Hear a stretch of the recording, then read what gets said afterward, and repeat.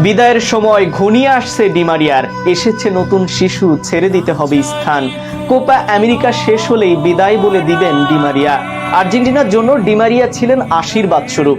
গত 20 বছরে আর্জেন্টিনা যত ট্রফি জিতেছে সবগুলোর ফাইনালেই গোল পেয়েছিলেন এই তারকা ফুটবলার। এবার সেই তারকাকেই বিদায় দিতে হবে। বিস্তারিত থাকছে শাহরিয়ার আহমেদের লেখা প্রতিবেদনে। আর্জেন্টিনার জন্য ডিমারিয়া ছিলেন আশীর্বাদ স্বরূপ। গত 20 বছরে আর্জেন্টিনা যত ট্রফি জিতেছে সবগুলোর ফাইনালেই গোল পেয়েছিলেন এই তারকা ফুটবলার। এবারের কোপার আগেই ঘোষণা দিয়েছেন কোপার পরেই আর্জেন্টিনার জার্সি তুলে রাখবেন তিনি।